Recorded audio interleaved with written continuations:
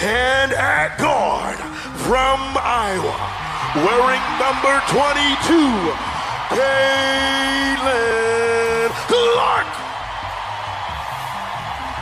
Some players are good, some are great, but every so often someone shows up who doesn't just change the game, they change everything around it. Not just the scoreboards, but the business, the culture, and the money moving through the sport. These are the athletes who make networks shift their schedules, force front offices to rethink strategies, and ignite conversations that go far beyond wins and losses. Their influence isn't measured in highlight reels or jersey sales. It's in how they redefine the way people experience the sport. You don't need to skateboard to know Tony Hawk. You don't have to follow track to recognize Usain Bolt. Ask someone who rarely watches golf to name a golfer, and Tiger Woods comes to mind immediately. That kind of fame isn't just about being dominant, it's about reaching everyone, even those who weren't paying attention before. That's exactly what's happening right now in women's basketball. It's filed outside in droves, getting ready at Carver Hawkeye Arena, and watch parties all around Iowa City.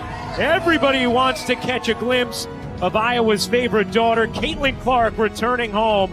Fans of all ages ready to celebrate a Hawkeye fever here in Iowa. The WNBA didn't just add another star. It gained a force that literally changes the league's landscape. Her name is Caitlin Clark, and whether fans cheer her, question her, or feel overwhelmed by how fast she exploded onto the scene, one thing is undeniable. The league now moves to a new rhythm, and everything around it is adjusting in real time. For nearly 3 decades, the WNBA grinded hard. It battled for respect. It fought for prime TV spots. It struggled for money, marketing, and a place in the crowded world of professional sports. Most of all, it wrestled with the constant pressure to justify its existence. Then Caitlin Clark arrived, and suddenly, the whole conversation flipped. The league no longer needed to plead for attention or convince anyone it mattered. Viewers who had never given women's basketball a second thought tuned in, not out of obligation or habit, but because it felt like unmissable entertainment, and that difference is huge. Obligation sparks short-term interest, curiosity, and excitement, builds lasting audiences. And she'll take the first three-pointer and knock it down and treat the fans to that. Sabrina Ionescu. Here's Caitlin Clark driving. She's got the first 5 points. Wow. 7-0. What a start. And what a pep to their step right now. Caitlin Clark, 13 points, pocket pass to Aaliyah Boston.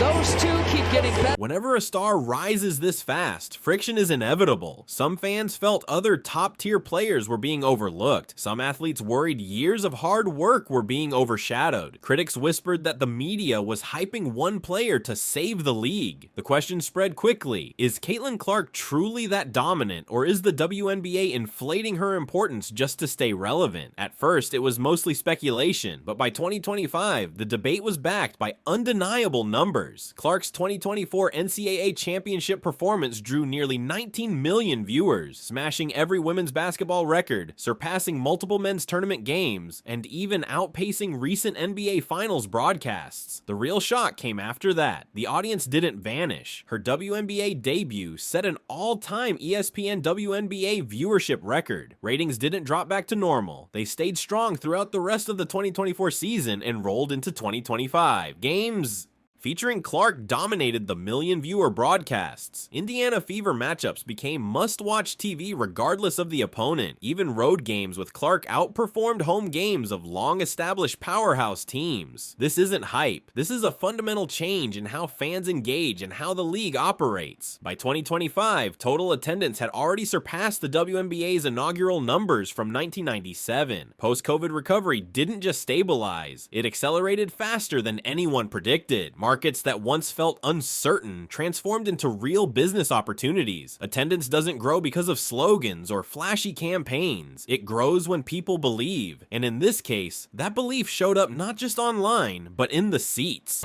People that you were friends with, coached by here, just the entirety of that experience, what did this mean to you?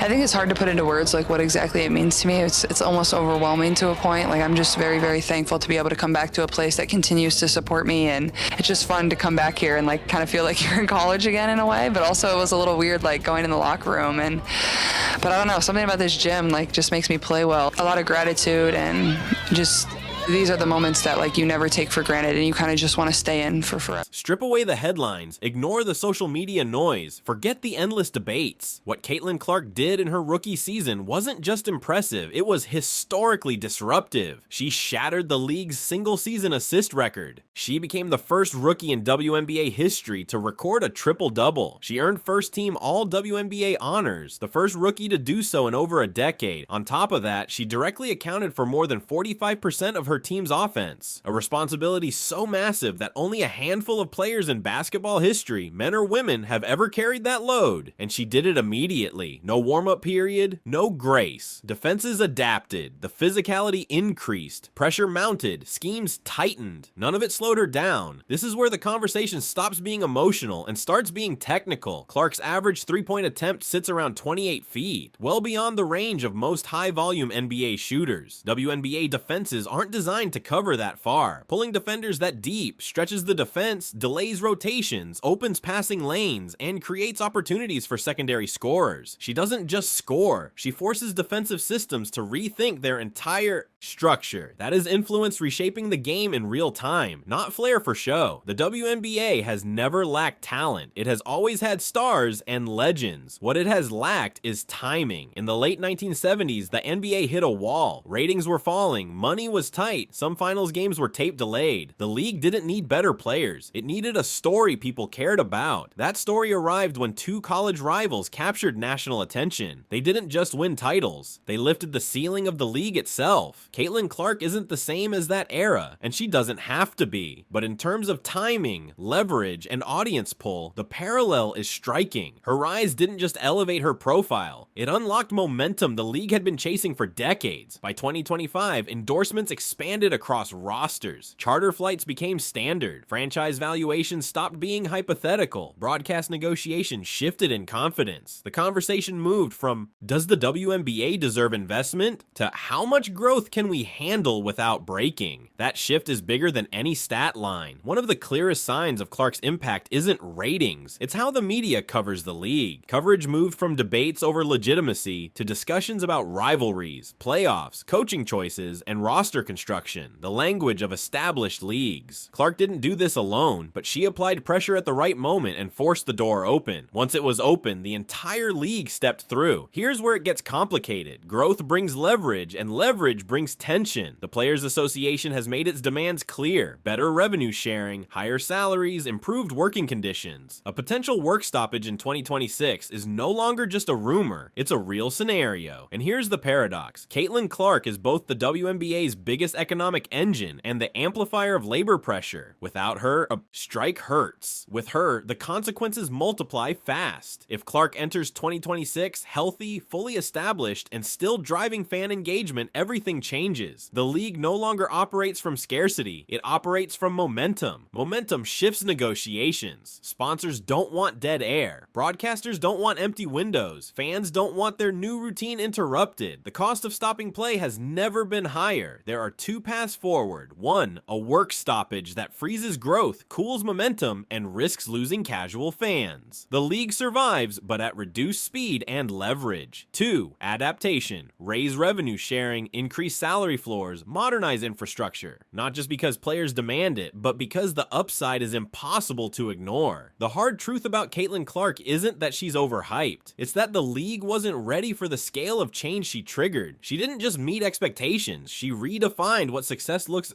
like at this level. And once that line moves, there's no going back. The WNBA isn't asking for attention anymore. The challenge now isn't just being seen, it's managing what comes with that spotlight. Once attention flips on, no league can control the ripple effects. Fans stop settling for access. They want transparency, consistency, and stakes that actually feel meaningful. Casual viewers drawn in by Caitlin Clark aren't just watching anymore. They're learning team identities, following standings, debating rotations, questioning questioning front office moves. That shift is subtle, but it's unforgiving for any league that isn't structurally prepared. Emotional investment shortens patience. Scheduling mistakes draw louder complaints. Officiating debates sharpen. Competitive balance comes under scrutiny. The margin for error shrinks fast. The WNBA is now judged like an established league, not a developing one. There's no grace period. Clark accelerated the timeline. Years of gradual growth compressed into a few seasons. Systems meant to scale slowly are now under intense stress tests. Expansion plans, roster depth, travel logistics, player health, media obligations, all of it hits at once. This is the reality of growth under pressure. The question isn't whether the audience will stay, it's whether the league can evolve as quickly as the attention it's earned. Momentum isn't permanent, it requires constant reinforcement. Fans who feel invested won't quietly drift away. They notice every gap. Clark didn't just bring viewers, she brought expectations that can't be undone. And expectations demand accountability. The league has crossed a line. Excuses shrink, timelines shorten, and every decision carries weight. That is the price of relevance. At this level, potential or promises aren't enough. Every move matters. Inside locker rooms, the spotlight has quietly shifted standards. Preparation sharpens, accountability intensifies. Players now compete under a microscope that didn't exist a few seasons ago. Film sessions grow longer. Scouting reports get deeper. Mistakes travel faster. That's where real separation begins. Some teams rise to the moment, others get exposed. Depth matters more. Coaching decisions carry heavier consequences. Development can no longer hide behind patience. The league is moving too fast for that now. Clark has raised the floor and the ceiling simultaneously. Opponents game plan, not just for her, but knowing millions are watching. That pressure radiates outward. Role players are tested, rotations questioned. Bench production suddenly enters national conversations. Defenses react faster. Physicality comes earlier. Adjustments happen mid-quarter instead of halftime. This isn't personal, it's survival. The league is learning to operate at a higher speed in real time. Growth doesn't spread evenly. Some franchises are built to handle attention. Others scramble to catch up. That imbalance